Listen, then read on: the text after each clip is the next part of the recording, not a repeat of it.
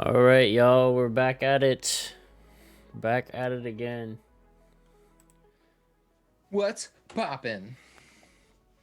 Chiefs lost and I'm sad. Let's Yeah. get that Are you right out of the way first and Are you foremost. okay? I'm fine. It was not the greatest of games played. Probably our worst performance all year. And it just happened to come then. But the bright side is maybe Brady will retire after this ring now, and Not a chance. but I doubt it. Um, the other bright side is we'll be back. There's not a chance that Brady retires. Sorry, man. Well, it is what it is. I can have wishful thinking. But yeah, we'll be back. It'll be fine. Offensive line was just Swiss cheese, and it had been all season, and just got exposed. So it is what it is. But we're past it. I'm also playing around with my audio because I was the one that had technical difficulties. My Yeah, and that's the other thing. We were a thing little needed late, an update. a little late on the start because tech difficulties. But these things happen. My It's mic all needed good. an update. Now I don't know what I changed, trying to figure it out. Okay, there we go. Sound good Yeah. for me. I'm going to turn myself up just a shade. I think that's perfect. Yeah, it sounds good. If chat could help us out, if anybody's out there. I've got it monitored right here too. It sounds good. Okay, perfect. Good. Oh, Kaden, you made it. Hello.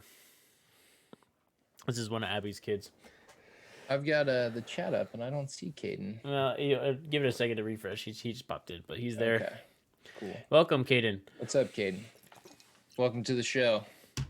Hope you're ready for some truth bombs. True.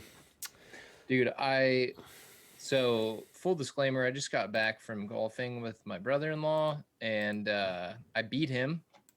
Fucking Nice. Let's go. Rest in peace, Hugo. Guy spent his whole life golfing, just baseball player turned golfer, going out there and beating him. Shout out Hugo, I apologize. But I was like rushing, and then I bought like these it was like a 24 pack of different IPAs, and I grabbed the little box that had 4 IPAs in them, and I got all the way up here, and I don't have them. Rest in peace. I'm gonna have to run down and grab them here in a second because I'm not drinking energy drinks this whole time, brother. Oh, my man drinking the Bang Energy though. Shout out to Bang. We're always looking for sponsors, and this Sourheads Bang energy drink is not only refreshing but energizing. No crash. Very sweet on the tongue, palatable to say the least. Bang. It's what's in your fridge. No, Bang Energy drinks are super great. They are, and they're like probably healthy. Yeah, they're at least healthier than whatever else is out on the market. Probably healthy. I'm gonna go grab those IPAs. Okay. I'll be right back. Entertain the people. Yes, sir. But yeah, guys, yeah. So technical difficulties is why we have a late start. No worries though. We got it all sorted. Abby, welcome. Hi. I know Caden's here. One of your kids is here, so that's super great. Our discount Jamie, aka Squash, will not be here tonight. He is working. He's back on the late shift for the Navy. So he will be absent for us tonight, but that is okay because we'll be just fine. We'll be just fine. But Wolverine Blades, what's going on? Hello, sir. Hello, hello. How are we doing on this fine Monday evening?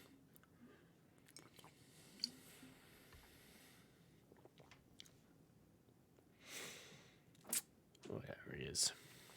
Perfect timing. Okay, you doing good. Doing just Wolverine. fine. Doing just fine. Darth's gonna be all right. Yeah, we'll be all right. How are you, Wolverine? Is the main question. True. Only okay. Usually you're doing a little bit better than okay. Long day at work today. Oh, Ben, the Chiefs. It's okay though. It is. Let's move. Let's move on. I'm not gonna lie. I don't even know what the hell we're talking about tonight, but we'll just flow as we flow. It's all right. We're talking about. Well, that's a decent transition, I guess. You sent me the general principles. Yeah. Um, So, but I just typically I've got them like laid out in front of me, kind of written down. well, It's not. this is what happens when we do a podcast episode the day after we normally do, when we don't take Saturday to really prepare because the Super Bowl Yeah, happened. So, football yeah. over everything. Um, I drank an entire 12-pack by myself last night. nice. I drank a 6 pack, Well, so a little it bit. was from like afternoon, like mid-afternoon till midnight, Oh probably. well, I drank a 6 pack in like probably. No, I guess mine's the same. Probably about the 2 hours before the game, through the game. So If I was a Chiefs fan, I probably would have drank a 12-pack and a whole bottle of Jim Beam. That's probably if what I would was have. a younger person, yeah, but I don't drink like that anymore. Bro, I'm in my 30s, bro. You're not even close yet. I mean, Step up your game. 3 and a bit years is kind of close. I was about to make a joke that I shouldn't make on the podcast. Anyway, go. Yeah, let's move Moving right on. along. All right, so today, what we're gonna talk about is I got a couple things lined up, and they should tie in pretty well with each other. But we are, what are we at, two ish weeks since Biden has taken office, and what he did in his inauguration speech was preach unity, unity, unity, unity, unity. In a 21-minute speech, this man said the word unity at least 8 times. And, as far as inauguration speeches go, it was a decent inauguration speech. Not too bad. Subsequently, though, he left that after talking about unity and went straight to the White House and proceeded to sign 17 executive orders that just demolished everything he just said in his inauguration speech about unity. Well, let's. Okay, hold on. Let me pause you there. I don't love everything. I don't even necessarily like everything, but I think it would be somewhat unfair to say he demolished everything about unity. Well, here's where we get into it. Uh, yeah, exactly. So Here's where we get into it. continue. So Sorry. he he's and now I will preface this. I did get a decent amount of this information from Fox News, but I am a smart individual who can see through the bullshit. So, but Shame. the majority of this Massive shame. the majority of this came from, and this, whatever your feelings are on this guy, be they what they may, but a lot of this was an op-ed piece, mainly, I guess, or an opinion piece by Newt Gingrich, who is a historian first and foremost, and then was Speaker of the House for a little while. So, Oh, Newt. First, hold on. not Before you not say an anything, unintelligent man. before you say anything about Newt Gingrich, what kind of cruel parents name their son Newt? Also true. If if Like, you if kind of just messed that I'm dude up for life. if I'm not wrong, I believe that's also a term for a baby lizard. It's That? not a baby lizard. It's actually a type of uh, salamander lizards. It's like in the salamander family. Yeah. See, you see what kind of research I've done coming into this podcast, Right. but at least I knew it was something to do with the lizard. True. But yeah, name your son Newt if you want him to get a life of horribleness. Fair enough. So, he and we went over some of those executive orders a couple podcasts ago. But so he's preaching about unity the whole time, and this is some of the stuff, in this I'm kind of like, I don't know. But one of the things they did bring up about, his divisive orders was, he signed an executive order that was, talking about gender and gender identity in regards to Title IX. And this is saying that it is essentially eliminated Title IX in women's sports. And I read a whole bunch of other stuff about it, and they kind of really hammered on this a lot, and I don't know why. But so Title IX was passed in '72 to ensure that colleges and universities received federal funding based on the fact that they offered sporting programs in which women could compete. And without Title IX, without Title IX, women didn't have the same athletic opportunities as their male counterparts, which, for the most part, before '72, I can agree with. because there really wasn't much of women's sports before then. So anyway, so what I'm guessing what Newt is saying, and I don't even know if this is him actually doing this because this, I listened to his interview, and he didn't really bring it up too much. So this is just, I guess, extra um, information uh, on that, but it's basically saying that, like, they're, I wouldn't say getting rid of Title IX, but in the message of unity or whatever, they're saying that now, if they're removing gender and gender identity from Title IX, so a biological male could just walk into the women's basketball program and be like, I identify as a girl, I'm playing on the team, and that's kind of an unfair advantage for that team. They made a movie about this. It was called Joanna Man, about a guy who gets, it was a fictional movie, Right. obviously, a guy who gets kicked out of the NBA and goes and just kicks ass in the WNBA. You know, I could get Yeah. lost in this for hours. I don't care if you are born a male and you want to identify as a female and you want me to call you Mrs. Fine. That's whatever. Do your thing, live your life. But to subject females to compete against male athletes within their field, and they've interviewed women on this. This it doesn't come from a place of like Misogyny. misogyny or like, oh, if you're born a male, you should stay a male. Do whatever makes you happy. I really don't care. Um, do I agree with it? Maybe not, but if it makes you happy, that's fine. Whatever. I really don't care. I want people to be happy at the end of the day, right?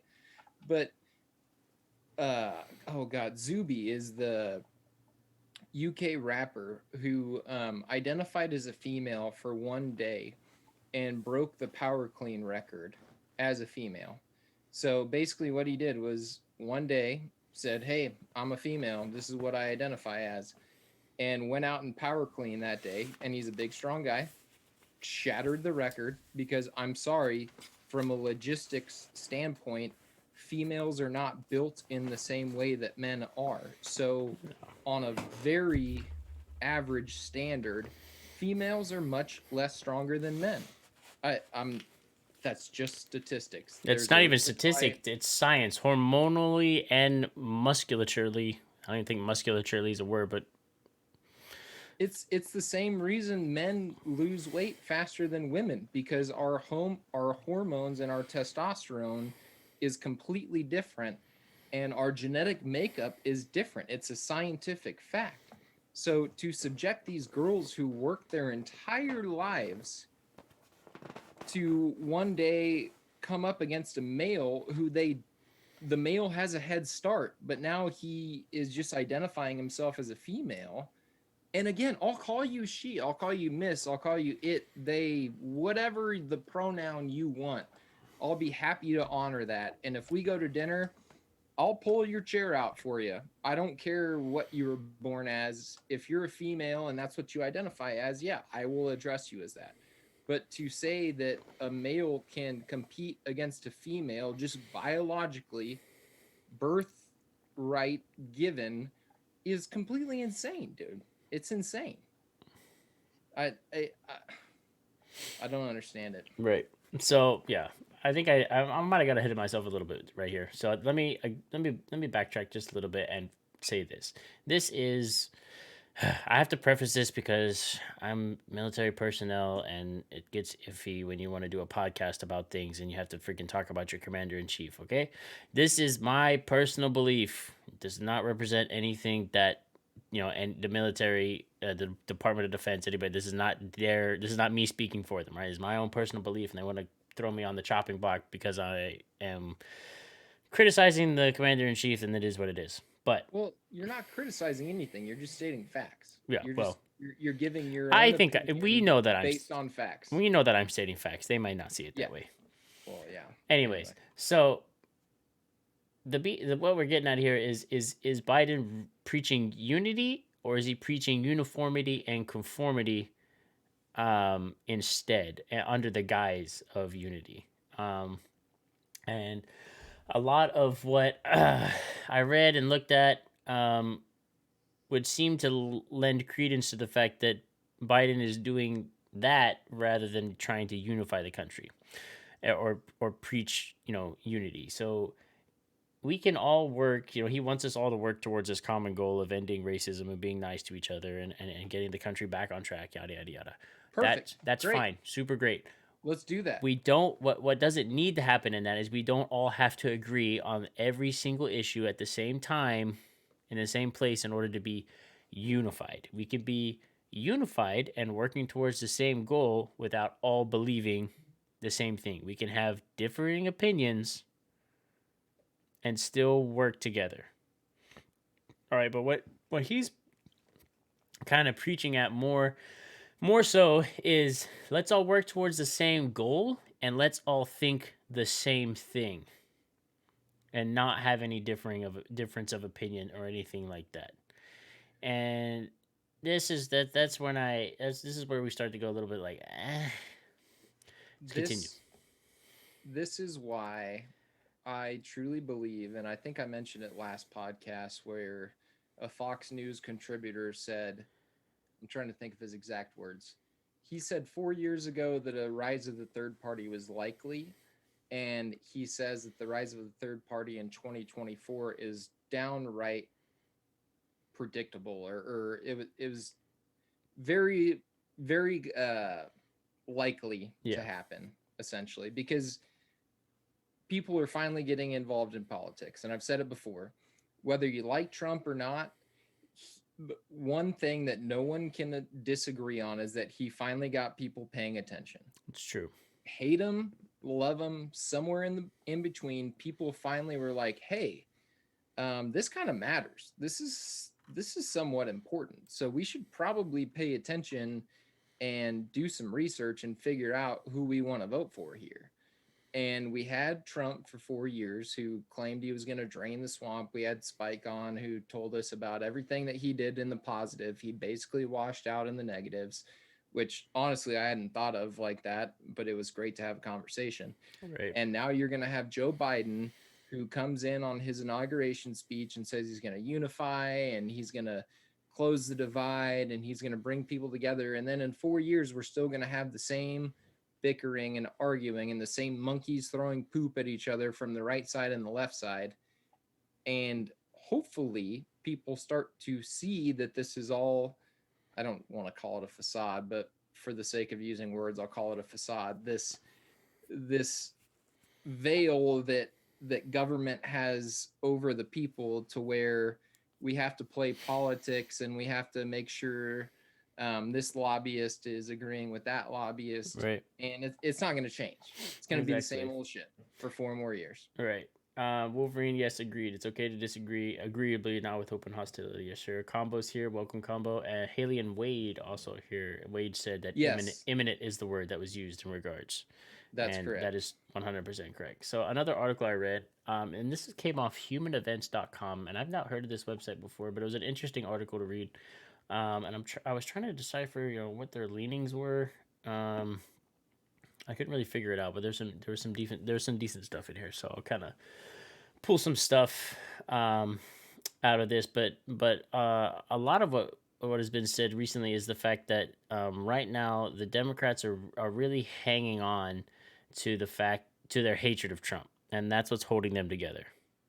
Hey, guess what? The impeachment trial starts tomorrow. Exactly. For a guy who's already out of office. Yeah. So, and that's another thing that's come along right now is that if Biden was really about unifying the country and unity, that he would just be like, let's not proceed with this impeachment, because it's not shut it down, just dude. shut it down. The guy is already out of office, so now what you're trying to do is you're bringing a guy who is now a private citizen back into a congressional hearing. It's not a federal court case. It's not a civil court case. It's a private citizen being tried in front of Congress, and they're trying to, they're basically doing it backwards. And this other thing came off a video I watched again from Fox News, but it was the guy Levin made a good point.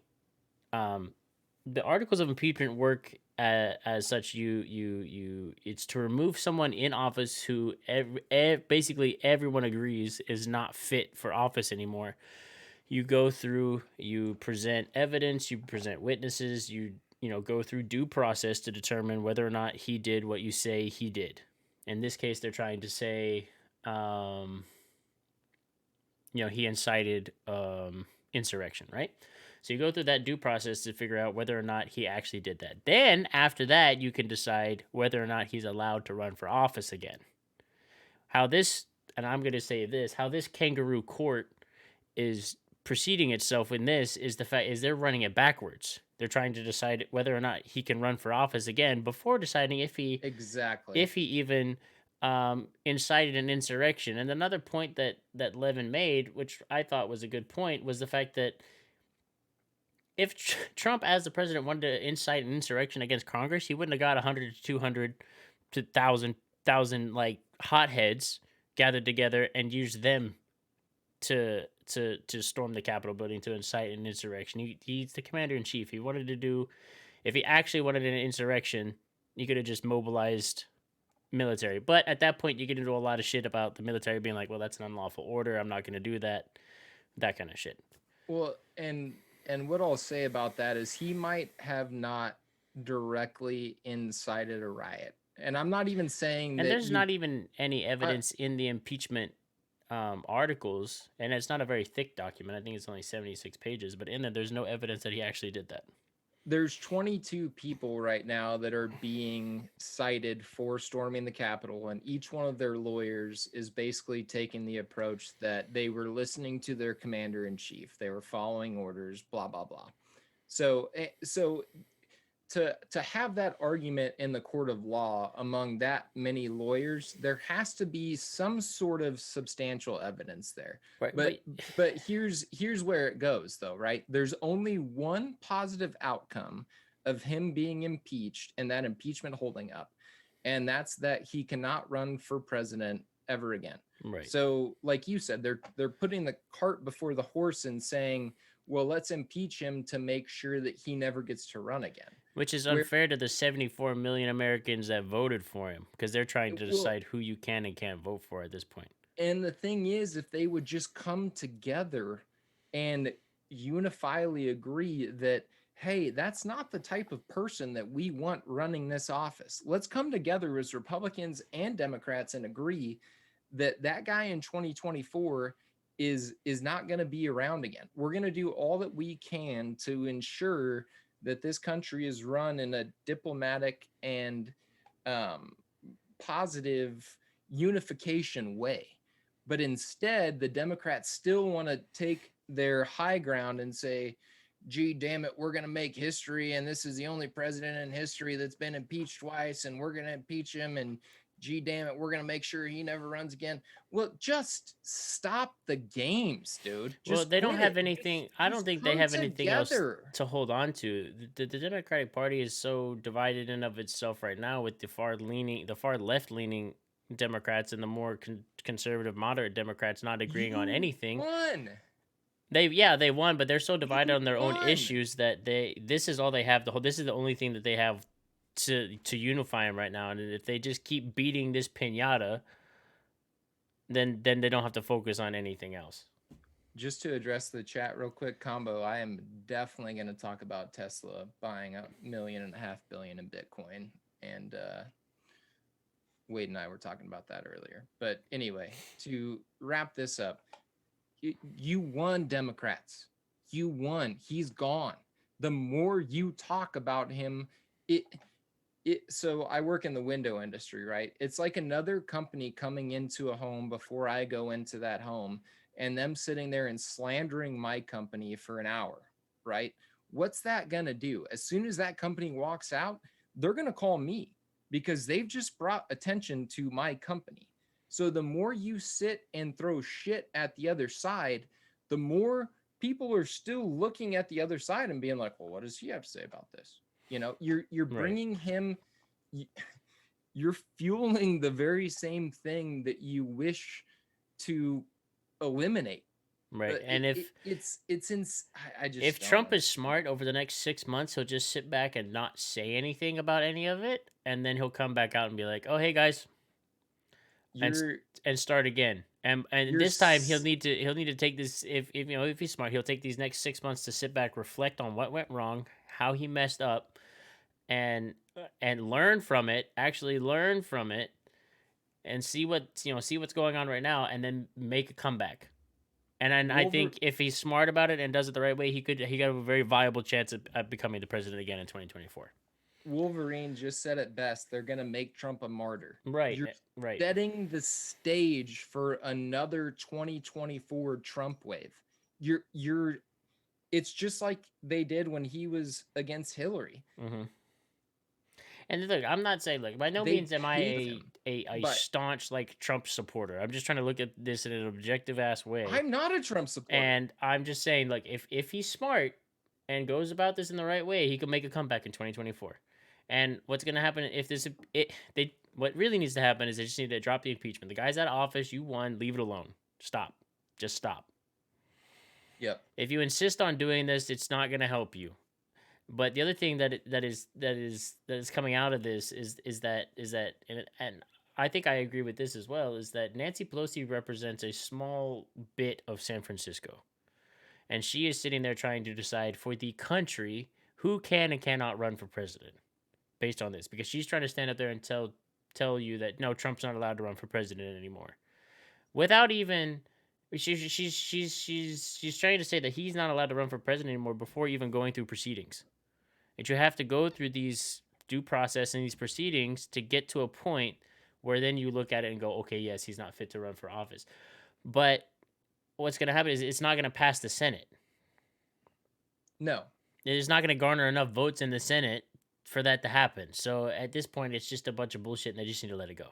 And listen, I don't want Trump to run again either. Right. I hope like hell that someone from the right, like Dan Crenshaw, someone like that, or even we get a mixed party or a third party or something. I hope like hell in 2024 we have a candidate. I don't care if it's on the right or the left or the libertarian or the green. I don't care who it is. I just want somebody to vote that I can believe in, that I can believe truly has the best interest of the country at heart. And I can't say that in my entire lifetime I voted for a president that with 100% certainty I thought they had the country's best interests at heart. And there was no lobbyists at play. There was no party politics. There was nothing. Just I want to come in and do the best that I can for this country. And I haven't seen one yet. Not even Joe I Jorgensen?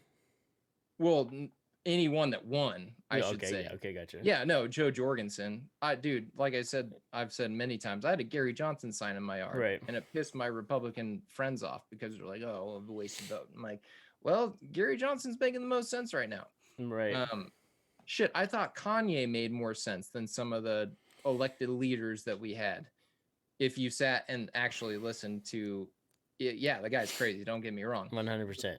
but I still felt more compassion from him than I did like the Ted Cruz's or the Marco Rubios, or on the left. I didn't watch many of them, but like Andrew Yang, vote for in a heartbeat.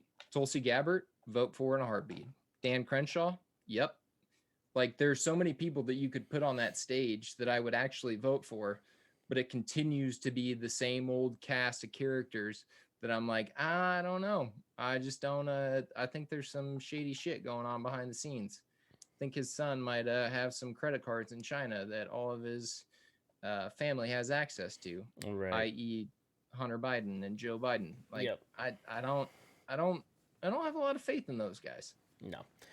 And so You're done fixing to get me fired up then. so yeah, a lot of what I see today is just that they're dismissing a 74 million Americans that voted, that did vote for Trump this go around. So they're preaching this rhetoric of unity and stuff, but they also have been, sweeping away or not acknowledging the feelings of these Americans that still voted, for Trump, and have even, this is me just, recounting what I've read, but they've even gone as far to say that the children of these Trumpists, they're calling them Trumpists, and they're calling the people that follow Trump as like a Trump cult. They're going as far to say that, some of these more crazy people are saying that these the kids of these people need to be taken to, and this is quote, re-education camps to get to get the Trump stuff out of their head, and then the adults and that to be deprogrammed, from the Trump rhetoric. So they're preaching this um again, this rhetoric of unity, but in order to get there, we need to re-educate the people that voted for Trump so that they think more like us, and we re-educate their or even pre-program their kids to think like us so that we don't, so that we Well, can continue unified and in a healthier America. But that's not a healthy version of anything. That's how Nazi Germany started. That's how the gulags in Soviet Russia ran. China's still doing that now. And we covered this a while ago. And I think I'm right in saying this, but the Xinjiang province, where all those the Uyghur Muslims are, they're getting forced into camps and getting re-educated on what it means to be someone who lives in China. This is how a Chinese person is. You're not Muslim. You're freaking whatever the national religion of China is. I don't know. well, I've talked about this before also, and I hate to sound like a broken record, but it comes from the same place when you say, "What the hell are those people thinking when they stormed the Capitol?" and immediately come into the conclusion of, well, they're all just racist, bigot assholes, versus really thinking, well, what are these people thinking? And so many of us are on the same page, dude. So many of us want the same things, but we continue to listen to the rhetoric that divides us. Right. And it happens over and over and over again. Like, see the writing on the wall, see that the little guy continues to get smushed, and it's by the same powers that we elect year in and year out. And it's going to take a change within our two-party system, whether that's a Democrat or a Republican, again, third party, Green Party, whatever. But there has to be some sort of systematic change within our government powers that enables the little guy to actually be able to finish on top for once. Yeah. Which, like, and then that's going to be a steep hill to climb, because the 1% and the elitists would rather not see the little guy get ahead, um, Well, why at would I all. give up my position and my power um, when I don't have to? Exactly. Right? If I can just continue to push the same narrative, who But cares? this is, they're all saying that, like, the Trumpists or whatever, there's some of the far crazies on that side are saying, oh, we need to re-educate these people. But it goes both ways. There's people on the other side that are so far up Biden's ass, and whatever the Democrats are pumping out, that you could, make this, someone could make the same argument going the other way. Absolutely. And that's just like, that boils down to the big problem in this country, is that, we're so divided on that. But we can stay, I wouldn't say necessarily divided, but we can keep our thoughts and our beliefs on either side of the aisle, and even muddy the middle of the aisle, if you would, with third party stuff or thoughts or whatever. It doesn't matter. But you don't have to give up your thoughts and beliefs, and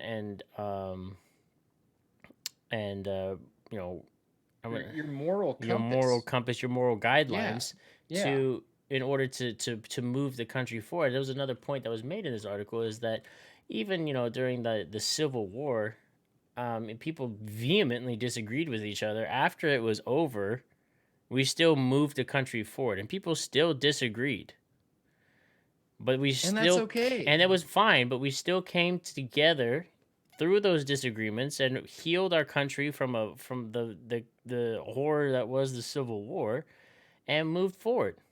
And I'm not saying that everything was like hunky dory after that. Obviously, there was many years of just outright blatant, racism and just heinousness, but we still moved forward. Well, that's the same people that stormed the Capitol Hill, dude. It's the same people that stormed the Capitol Hill were the same ones that refused to let go of racism. It's the exact same mindset. Right. We're pissed because we got beat and we refuse to accept this, so now we're gonna revolt. Granted, slavery and racism has lasted. I mean, the reverberations are still being felt, but who's to say that the reverberations from the Trump election won't reverberate just as long? Right. It's ignorance. That's Right. what it always comes down to, is ignorance. People unable to accept what's in front of them and try to seek for a better tomorrow. Let's just sit on the past and let's just fight for what we think is right instead of moving forward and just trying to find a better tomorrow. Exactly. And this is, and so this is another thing, and this will tie into kind of the other thing that I want to talk about a little bit, and it's that article that you sent me earlier this week. So Biden also went ahead and signed a executive order along the lines of basically, to confront the threat that is, domestic terrorism. And I put that in quotes because I'm not discounting the fact that there are domestic terrorists, but the left called everybody that stormed the Capitol domestic terrorists, which, right or wrong, it was. If you stormed and breached the Capitol and you were in places that you weren't supposed to be and you were calling for the hanging of Nancy Pelosi and saying, "Where's Mike Pence?" then yeah, that's Right. kind of a domestic terrorist. Right. So, by all means, use that to punish people that perform actions that would fall under terroristic threats and terroristic actions. That's fine. But this this thing goes as far to say as we'll focus on addressing evolving threats, radicalization, the role of social media, opportunities to improve information sharing, operational resources, and more. And this came from, I don't know how to say her last name. I'm going to say Psaki, the White House press secretary now. But she was saying, I'll read the whole quote actually. The rise of domestic violence extremism is a serious and growing national security threat. The Biden administration will confront this threat with the necessary resources and resolve. And then she went on to say what I just said. The NSC convened process will focus on addressing evolving threats, radicalization, the role of social media, opportunities to improve information sharing, and operational responses, and more. Okay, so the target of these investigations, if and when they occur, was not clearly stated in that. And he did. Biden identified the Trump supporters who stormed the Capitol building as a riotous mob and domestic terrorists. That's fine. Those dudes were well and truly in the wrong. Classify them as domestic terrorists if you want. But and I'm trying to just scrub through this really fast because there's some stuff that I wanted to point out. All right, so there's a along these lines of fighting domestic terrorism. There is a a bill being sponsored by the impeachment happy Adam Schiff from California. He's like a Republican from California. That would allow domestic terrorists to be prosecuted in the same manner as foreign terrorists. Okay. And this article goes on to say that the problem with creating such a label is that it is subject to broad political interpretation. Well, that's the thing about it, is the second you start leaving things up to interpretation versus the letter of the law, you enter into a situation which is not the law system. Exactly. That So that's why there's a lot of people on actually both sides of the aisle that are worried about this because uh, they're like, where's the stipulations in this? Where's the guidelines? Like, what does this exactly. actually look like? Because they're saying, what characteristics are we looking for building a profile of a domestic terrorist or an extremist? What are you talking about there? Is it, what do you classify? Is it religious extremists? So that could cover a wide variety of religions, Exactly. not even just Christians or evangelical Christians, which those happen to be a lot of Trump supporters. But that can happen on both sides. Like, where's the classification in that? Like, when does someone look at that and go, you're getting too crazy about your religion, calm down, or we're gonna classify you. All right. So Yeah. like that's very scary. Um, and then you could take it even further to go, is it people at a pro-life demonstration? Do they count? Is it people at a pro-abortion demonstration? Do they count? Even people that the LGBTQI community are worried about this because what happens if they get a little bit too rowdy about what they're supporting? So then